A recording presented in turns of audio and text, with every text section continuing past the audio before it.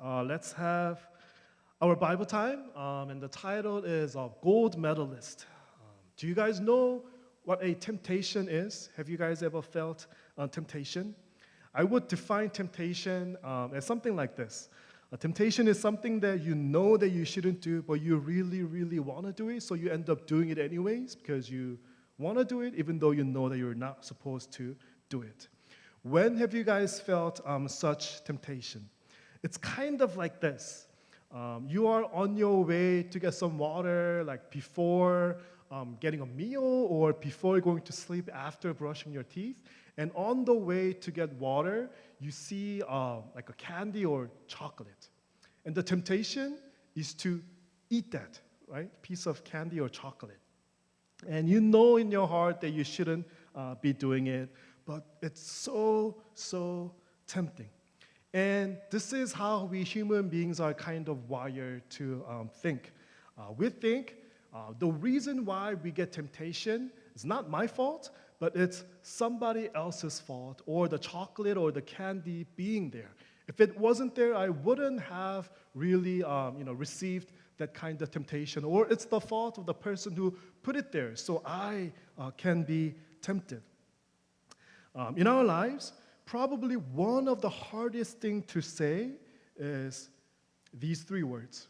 It's my fault. Can we all say it together? It's my fault. It's very, very difficult for us to say that. When you get into an argument or a fight with somebody else, you're always making your case to point out that it's somebody else's fault. It's your fault rather than saying it's my fault. And same thing goes with temptation. When we are tempted, we oftentimes blame the temptation itself or the people who have put the temptation before us or the environment, or even we Christians are really good at this. We blame God for giving us that temptation, but is that really a fair accusation of God? Verse 13 says this, "And remember, when you are being tempted, do not say, 'God is tempting me.' God is never tempted to do wrong, and He never tempts anyone else." The Bible says God never tempts us. Sometimes we view God as this being who kind of puts this temptation before us just to, watch we're going to fall into that temptation or not. And when we do fall, He's going to say, "Gotcha," or something like that. But our God never tempts us, and He never wants us to get 1 inch closer to sinning because He hates sin. This is what verse 14 also tells us. Temptation comes from our own desires, which entice and drag us away. Where does the temptation come from? Our own desires. For example, I do not like sweets. 저는 단 거를 별로 좋아하지 않아요. If you give me a soda and a green tea, 100% of the time, I would go for the green tea. 저는 소다를 뜯으면 물론 가끔 마실 때도 있는데 소다를 뜯으면은 너무 그 단맛이 좋지 않아서 한 캔을 다 마시는 거를 별로 좋아하지 않아요. I am not tempted to something sweet because I have no desire in my heart for something that is sweet. In other words, it's not the sweet that is giving us the temptation. The desire in our heart is simply responding to the temptation. And verse 15, these desires give birth to sinful actions. And when sin is allowed to grow, it gives birth to death. When I was young, I used to be scared of the dark. I don't know if you guys are still scared of the dark, but I used to be scared of the dark because I always thought 귀신이 있다고 생각을 했어요. 어두운 곳에. 저는 세상에서 가장 무서운 귀신은 한국의 처녀 귀신이라고 생각을 했어요. 화장실에 혼자 이렇게 양치질을 하러 가면은 한국 화장실은 그렇게 막 밝지가 않으니까 조금 이렇게 어두우면은 거기 항상 귀신이 있다라고 생각해서 너무 무서웠던 기억이 나요. 제가 사실 중학교 때까지 귀신이 무서워했던 것 같은데 저희 집이 아파트 4층이었어요. My house was in the 4th story. And in Korea, short buildings don't really have elevators, so I would have to climb my way up at night. 이렇게 밤에 계단 올라가다가 갑자기 한국 아파트 같은 데는 불이 꺼질 때가 있어요. 그러면은 귀신이 저는 반드시 있다고 생각을 하고 너무너무 무서워서 막 올라가다가 넘어지고 그랬던 기억이 나요. 그런데 요즘에는 귀신이 별로 무섭지 않아요. 요즘에는 귀신보다 I think I'm more scared of people than the ghost. 그런데 사람보다 더 무서운 게 한 가지 있는데 그것이 뭐냐면 it is sin. Sin is the scariest thing ever by far. And verse 15, read it very closely. The desires, it's not your fault that we have desires. We all have the desires that we respond to whenever there's a chance for temptation, but it gives birth to sinful actions. We all have desires, but when we act according to the desires, it becomes a sin, it becomes a sinful action. And when the sin is allowed to grow, it gives birth to death. And it's kind of like this. Can we show the next picture, please? 저게 베이비 라이언의 픽처예요. 베이비 라이언이 귀엽죠.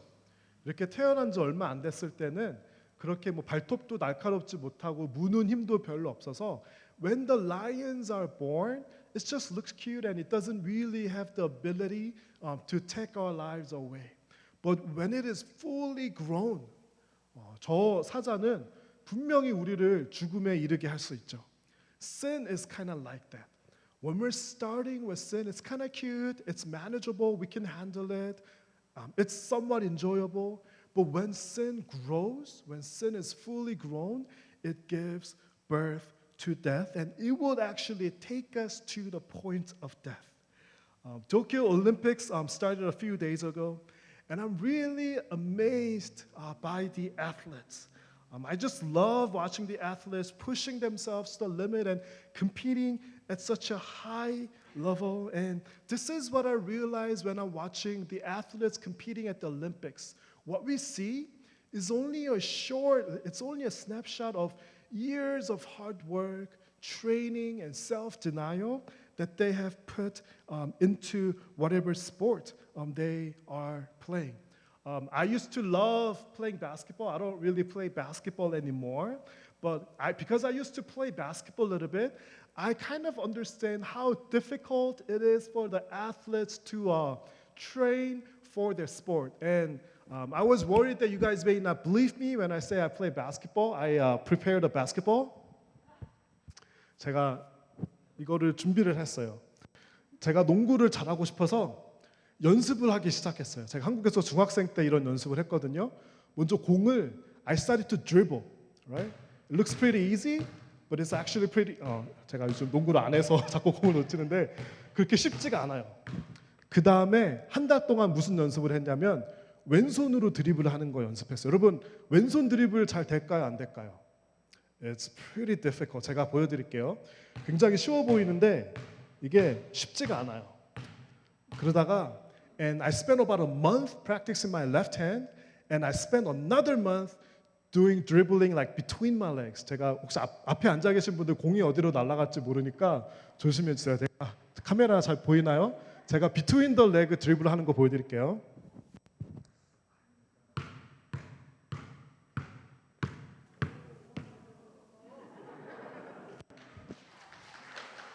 아직 끝나지 않았어요. 제가 앞으로 가는 걸 연습을 and I spent about 1 month going backwards between my legs. And I will probably fail at this, but let's give it a try.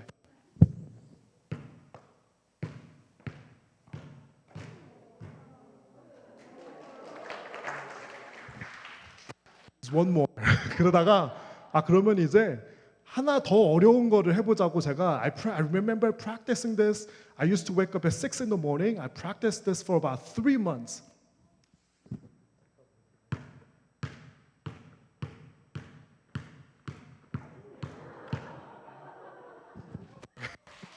제가 The reason why I'm showing you all that stuff was not to brag, but I understand just a little bit how hard it is to train for a sport. The few things that you saw took me like close to 6 months to master, and my body still kind of remembers it. I'm kind of glad. But when the athletes are training, they're competing, and they win something, what do they win? If you're in the first place, you win the gold medal. 이 성경에 보면은요, there was something that actually back in the days before they were able to mine gold and silver and all that stuff with efficiency, they used to give something to the athletes who have won like the sport. 12절 한번 보여주실래요? It says, God blesses those who patiently endure testing and temptation. 열심히 운동선수들이 훈련도 하고 뭐 temptation도 endure 한 다음에 they will get something that is the crown of life. Can we see the next slide? And the crown looks like that. They used to make it with an olive tree, and when the crown is given to the victor, then it was the sign of the utmost honor and glory, and still the Olympians have the tradition of getting that crown of honor.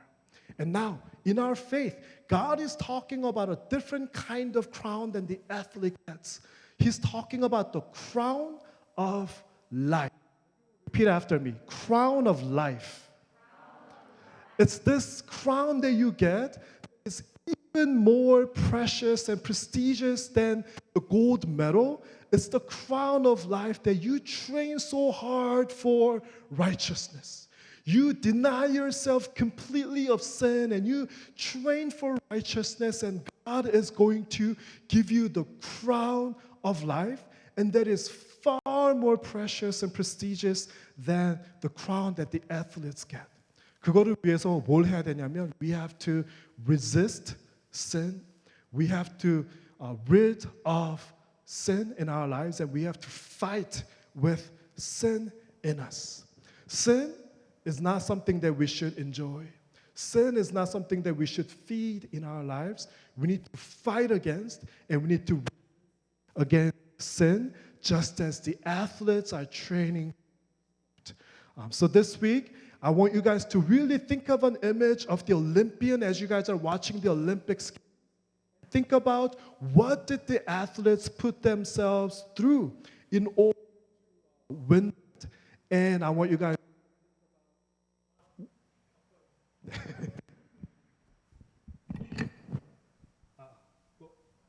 들리나요? Okay. 들리시나요? Okay. I want you guys to think about how can I be an athlete for God, training for righteousness, and eliminating, getting rid of any sin in my life. And can we all say amen to that?